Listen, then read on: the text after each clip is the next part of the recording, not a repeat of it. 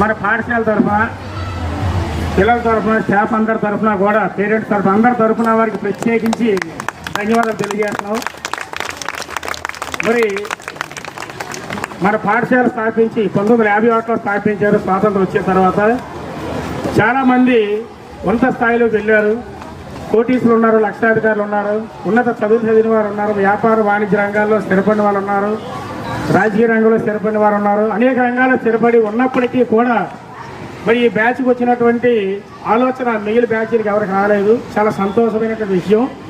అందుకు మిమ్మల్ని అందరూ మెచ్చుకుంటున్నాం. మా ఉపాధ్యాయులు అందరూ కూడా, ప్రధానోపాధ్యాయులు, మా ఉపాధ్యాయులు అందరూ కూడా మిమ్మల్ని మెచ్చుకోవడం జరుగుతుంది. అలాగే మీరు కూడా ఉన్నతమైన స్థానానికి వెళ్ళి, ఎందుకంటే మన ఉన్న ఊరు, చదువుకున్న స్కూలు, తల్లిదండ్రులు మర్చిపోకూడదు అంటారు. మరి మీరు స్కూల్ని మర్చిపోకుండా ఈ పాఠశాల చదివి మరి ఏదో స్థానంలో మీరు కూడా ఉన్నారు, ఏదో రంగంలో స్థిరపడి ఉన్నారు.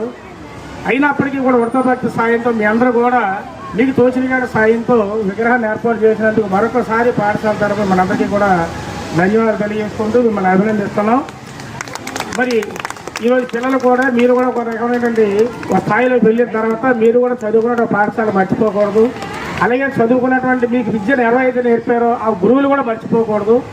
ఆ రకంగా, ఎందుకంటే గురు పూజోత్సవం రోజే మరి ఆ రోజు చదువుకున్నటువంటి గురువులు తలుచుకొని మరి టీచర్స్ సందర్భంగా విగ్రహాన్ని ఏర్పాటు చేసినందుకు మరి వాళ్ళు కూడా మెచ్చుకుంటున్నాం.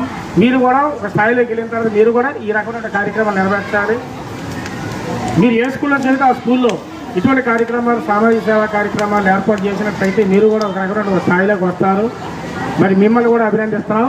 మరి ఈ రకంగా మరి మరొకసారి పూర్వ విద్యార్థులైనటువంటి మన 2004-2005 బ్యాచ్ అందరికీ కూడా పేరు పేరున ఎవరు ఎక్కడున్నా, కొంతమంది ఎక్కడ ఉన్నప్పటికీ మరి అతనైతే డైలీ ఎక్కడే ఉండేవాడు. అతను దగ్గరుండి ఏర్పాట్లు అన్నీ చేసుకొని బాగా తయారు చేశాడు. ఆయన మరీ మన పాఠశాల తరఫున ఆయన పేరు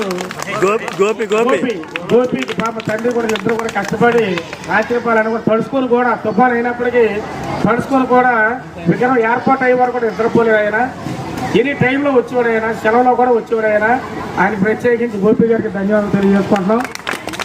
కాబట్టి ఇంకా మిగిలినటువంటి విద్యార్థులు ఎక్కడున్నా వాళ్ళందరికీ కూడా మేము ధన్యవాదాలు తెలియజేసినట్టుగా, పాఠశాల మెచ్చుకున్నట్టుగా మీరందరూ మీ ద్వారా తెలియజేస్తారని, మెసేజ్ పంపిస్తారని మిమ్మల్ని అందరినీ కోరుకుంటూ నాకు అవకాశం ఇచ్చినటువంటి ఉపాధ్యాయులకి, పూర్వ విద్యార్థులకి అందరికీ కూడా ధన్యవాదాలు తెలియజేసుకొని సెలవు చేస్తాం. ఉండిపోలేదు. సో ఒక మనకి ఉపరాష్ట్రపతిగా, దాని తర్వాత మనకి రాష్ట్రపతిగా కూడా పనిచేశారు, రెండవ రాష్ట్రపతిగా. సో మొదటి ఉపరాష్ట్రపతిగా కూడా పనిచేశారు. సో ఉపరాష్ట్రపతి పనిచేసినప్పుడు మనకి జవహర్లాల్ నెహ్రూ ప్రధానమంత్రిగా పనిచేశారు అన్నమాట.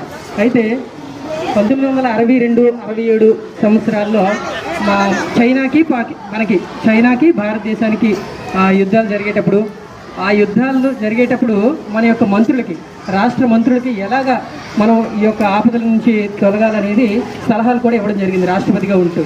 సో ఉన్నత శిఖరాలు అధిరోహించారు కాబట్టి అతన్ని మనం ఒక ఉన్నత వ్యక్తిగా గుర్తించి అతని యొక్క పుట్టినరోజును ఉపాధ్యాయ దినోత్సవంగా జరుపుకోవడం జరిగింది. అంటే ఉపాధ్యాయులందరికీ కూడా ఇది ఒక మంచి ఇన్స్పైర్డ్ అనమాట. సో మనందరూ కూడా, ప్రతి ఉపాధ్యాయుడు కూడా ఆ యొక్క ఉన్నత శిఖరాలు అధిరోహించారని నేను కోరుకుంటున్నాను. సో అలాగే ఉపాధ్యాయుడు ఏంటంటే